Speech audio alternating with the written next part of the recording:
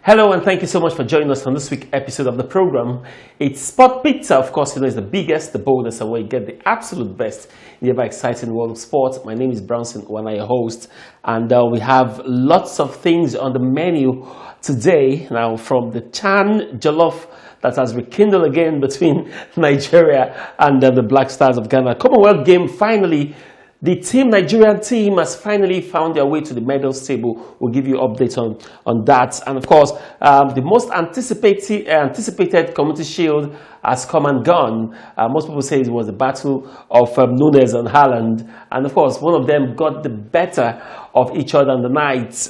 We'll give you a take. And of course, for all football fans, good to know that the Premier League is back again, and also some major leagues in Europe. I hope someday we'll be as excited about Nigerian League as we are about European League. It's a dream that would happen. Now, also in boxing, we'll be looking at the chances of Tyson Fury and Anthony Joshua slugging it out for who's the best pound-for-pound boxer in Britain.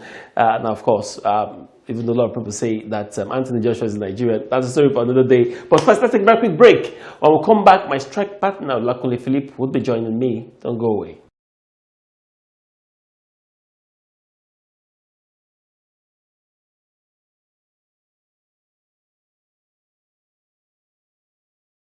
Welcome back. My strike partner, Lakunle Philippe, joins me at this time. Kunle, good to have you on the program today. Yeah, top of the day to you, Brownson. It's always great to be here to talk sport. And like you said, the Commonwealth Games are kick-started, and it's good to know that Nigeria is beginning to win medals. And just like you said about the Jollof Derby, I can't wait. This Jollof Derby, we need to decide once and for all whose Jollof is better. What a way to start. Maybe this one will set the pace. Now, even though the first derby between Nigeria and Ghana didn't produce an absolute winner. Now, winner in terms of 2-1, 2-2. Yeah, even though it was 1-1, the goal difference came to play. Yeah. But, I mean, actual winner, maybe this home base team should settle this beef once and for all. Yes, they should settle it. They should be able to get the job done. Taking a cue from what the under-17 team were able to do in the WAFU tournament, and also the under-20 team. The home-based Eagles, the Chan Eagles, understands the fact that they cannot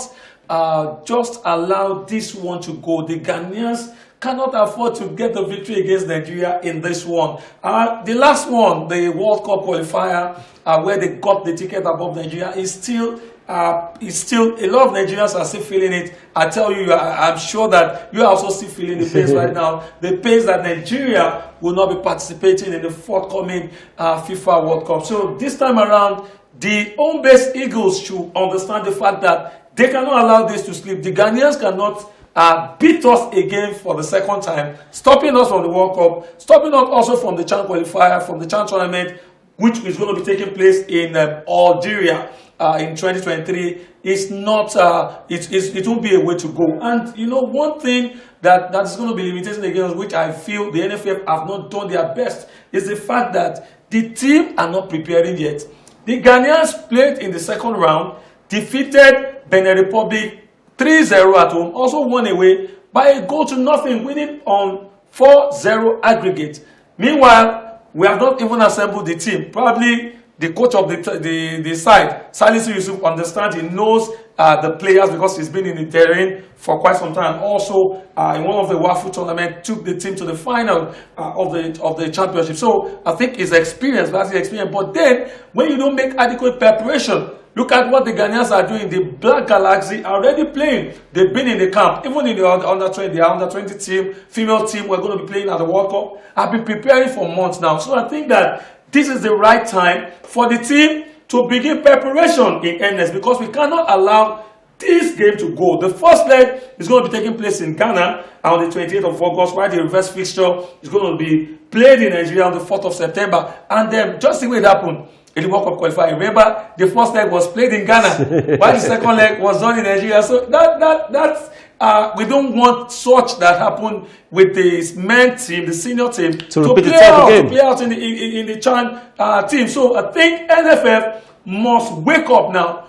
They need to, get the coach to begin to work with the players. And for me, I think Chan tournaments, it's a period to test the quality of your league. Yeah, absolutely. And this one, looking at our league and how we've been performing in CAF competitions, the CAF Confederation Cup, CAF Champions League, do you think we have that arsenal to really take on the Ghanaians? We have the players. It's not Nigerian league apart from the early 80s. Remember, we were speaking with a colleague not quite long ago. We're talking about the 80s where we used to have some of these players, Nwanyao National, Bendel Insurance, Calabar Rovers, Abiola Babes.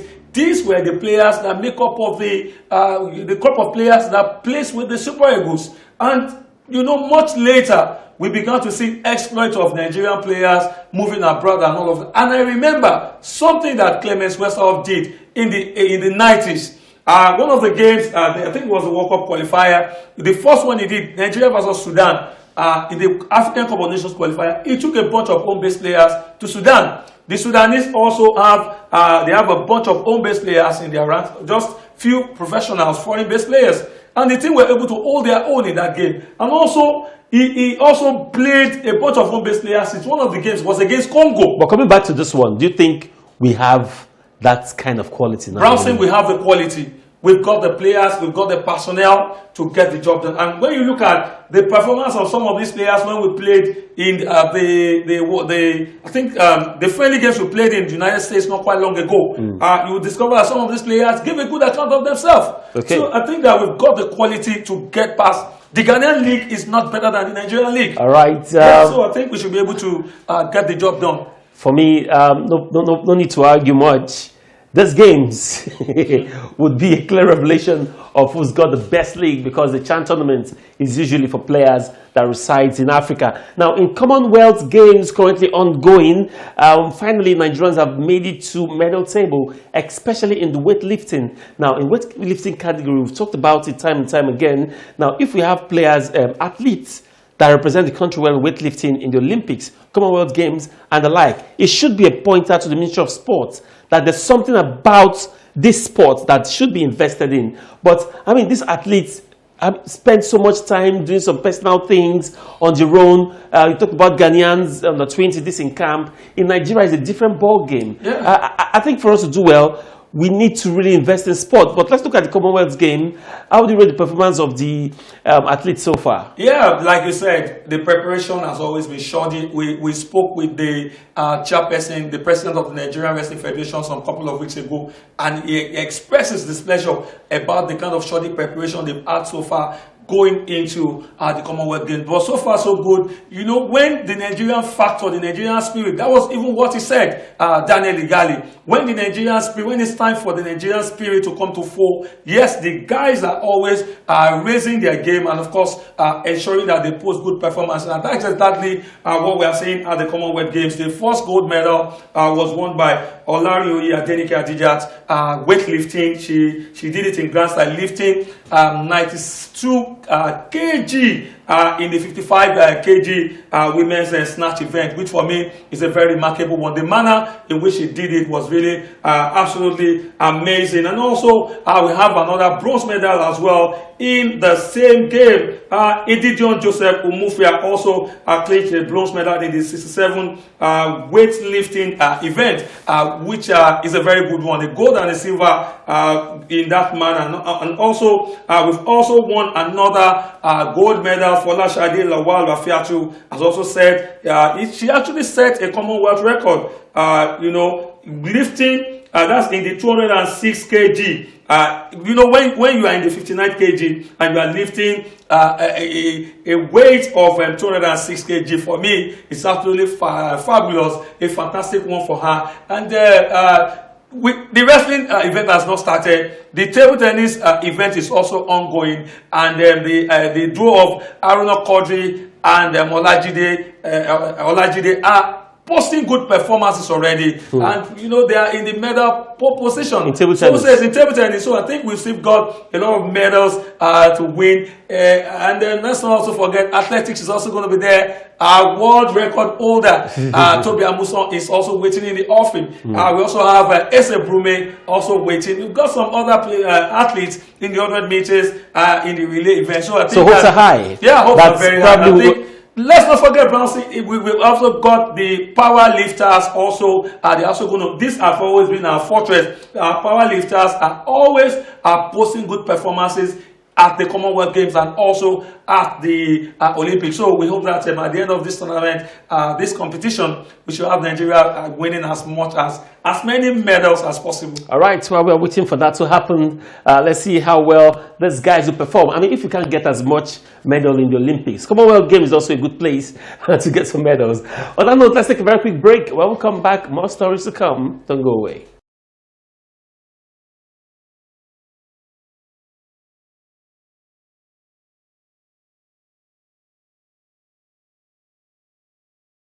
Welcome back. Now, away from Nigerian sports now, let's look at what's happening in Europe now. For most football fans and for all the wives that have been handling the remotes, it's time to hand those remotes to the men. Football is back. And I mean, last weekend to watch Community Shield at home, I had to do a lot of explaining. I wonder how long, for a season long that is we're just about to get into, I wonder how much explaining I will do to get my hold on TV. However, guys, it's football season and we are glad. Last weekend we saw the Cotton Razor, which is the Community Shield.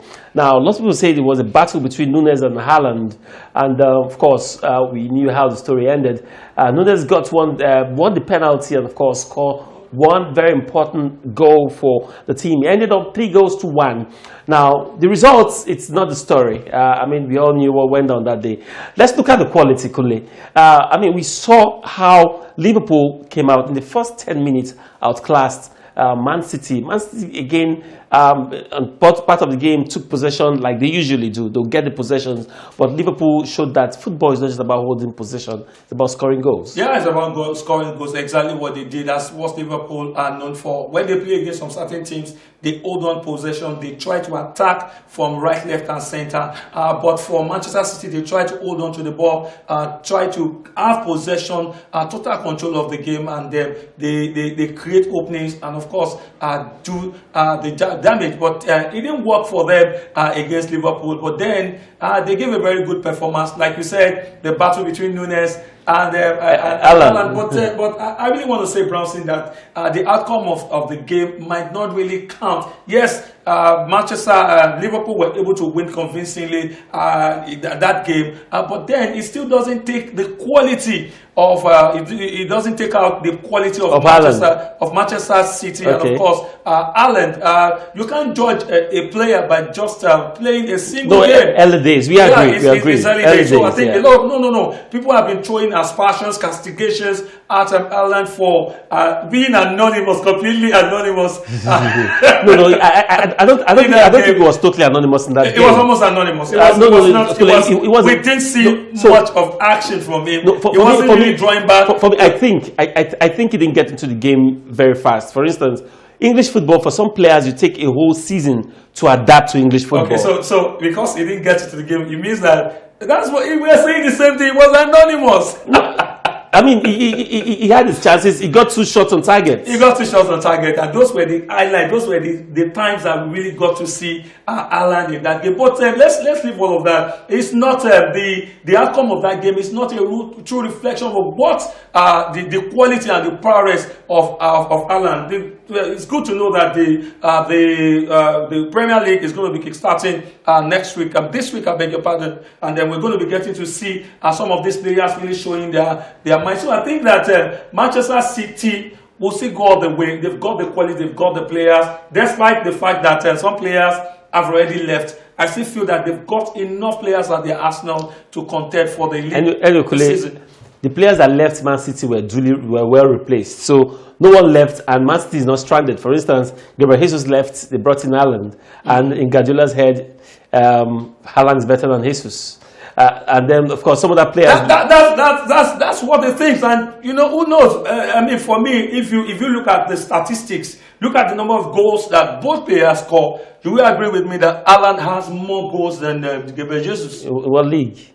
Come on, you're the German league, right? In the German Bundesliga, yeah, the English Premier League. All right, so let him replicate that form in England. Yeah, he's going to do that. Yeah. So Definitely. let's just wait. See, the league. People need to understand that the league is a marathon race. If it's 100 meter, 100 meter is one game. You just from this point to this point, bam, and then. But when you're running like a 4x.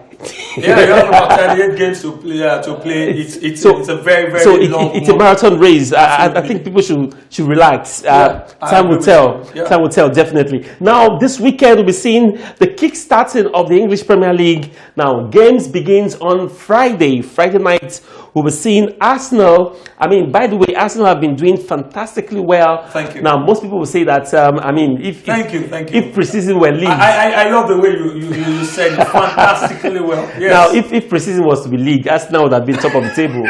But preseason, it's very different. Really, when you look at the performance of Arsenal, check out that game between Arsenal, the friendly game involving Arsenal and Sevilla. 4 goals in about 30 minutes. It's no joke. That's a preseason. It's no joke. Arsenal, Crystal Palace. Arsenal were playing away from home to Crystal Palace. even though it's going to be like a kind of London derby, but it's going to be a very crunchy game to look out for all football fans on Friday night. Now on Saturday, first and early kickoff will be Fulham versus Liverpool. Liverpool should have gotten over the Community Shield victory and get to the marathon proper.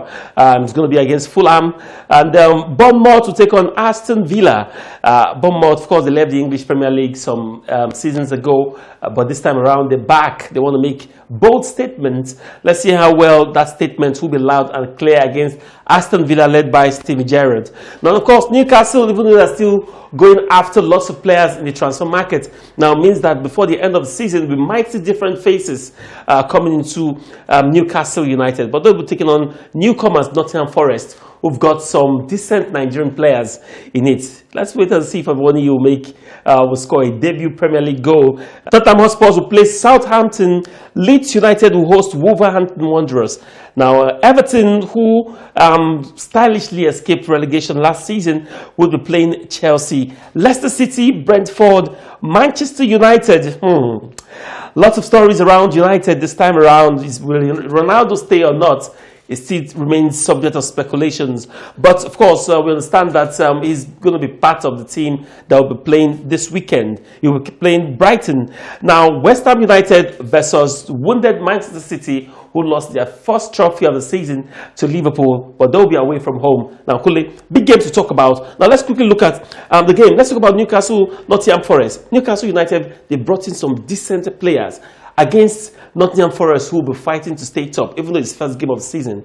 How do you think this game would go? Yeah, it's going to be a very exciting game. I think it's one of the games I'm looking forward to, apart from the Tottenham versus Southampton game, where we have our own Joe Aribo. So when you look at the team, Newcastle United, they've been rejuvenating. I think towards the end of last season, they were in the relegation waters. They fought their way, got a new coach, and they were able to survive, winning some important pivotal games, including even the game against Arsenal, who needed the 3 point, at that time, but they were able to get it past Arsenal. Coming up against Nottingham Forest, who just secured the services of Jesse Lingard. They've got Awawini. They've got almost 11 players, and from the look of things, they are still looking to probably seal down some deals before the transfer window closes. And looking at the record as it is, most times when teams come to the Premier League and change the entire team, and of course, oftentimes they've struggled. They struggled. I mean, for me, it's surprising to see that teams at the championship level, these guys will fight their way to the top, and when they get promoted, they'll celebrate, and then at the Premiership level, where these guys will want to spill blood, win these games, you now bring 11 or overhaul the team. No, it's just because they don't feel that those guys have the quality to sustain their status in the league. Playing in the Premier League, why I disagree? Playing in the lower league. So I think they feel that they need some of this quality. They need some of this play. I think Nottingham Forest seems like a very serious club as far as I'm concerned. Spending as much as 22 million pounds for a player is a record transfer, and getting some other players as well to probably ensure that they don't go back to the lower league. They have their reasons, and looking at what the management, the philosophy and the ideology of the management of Nottingham Forest, they feel that the new set of players that they've been able to acquire will be able to do the needed job. All right, let's see how well that goes. I mean, they really have to be careful. Now, you mentioned Tottenham versus Southampton. Now, we'll be seeing Joe Aribo. We don't know if he's going to make his debut yet, but most likely, it looks like he would be a starter in that game. Yeah, he might likely be a starter. I think I love, he's one player that is after my heart, because when I watch him play, I feel so excited. Even from Rangers down to Southampton, he's a player I really love to watch. And you saw what he did in the friendly game, preseason game against Villarreal, where he got the ball from the center. I know they lost the game, but his performance was one of the best performers. Even the previous game they played, the preseason game they played, it was one of the top performers of the club. So everyone is looking forward to have Joe Aribo really flourish in the colours of Southampton. So I think that it's a good test for Southampton against Tottenham Hotspur. We just hope that they will be able to hold their own against Tottenham Hotspur. All right, time will not permit us to look at all this game one after the other. But for Man U fans, you'll be playing Brighton, and of course, Man City will be playing host to Manchester City. And I'm sorry, Man City will be playing West Ham. And for Chelsea fans will be going away to Everton to play at the Merseyside. Big game. Now let's cross to Germany, where Sadio Mane scored his first goal for the club in their Super Cup win, and it was a fantastic one. And of course, he was also well celebrated. Time will not allow Kule to let his voice. Now, Kule, I'm going to skip some of these stories. Let's talk about boxing in a bit.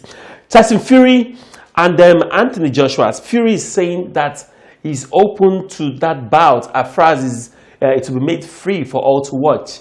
I mean, I don't know if it's a mind game or what, but what's it called? Joshua doesn't have a title right now, so I don't know if it's just going to be like a showcase game, or I mean, I don't know what that means for him. Yeah, I think that the bout might not see the light of the day, because before you can take on a champion, which is Tyson Fury, you need to hold a belt.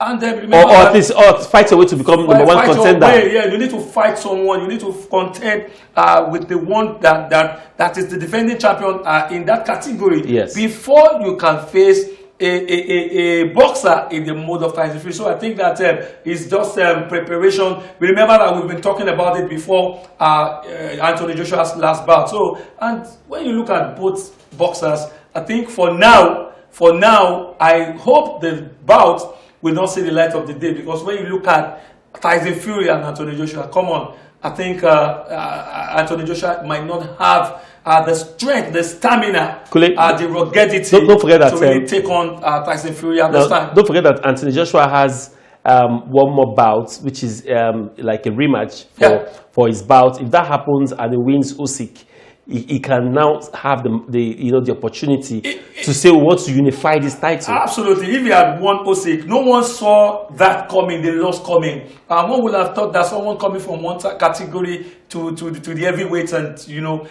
fighting against the defending champion, you put up not a very, though it was a bad day in the office, so we hope that he's able to reclaim his title. And when he's able to do that, that is when he'll be able to fight against Tyson Fury. I still hope that the bout.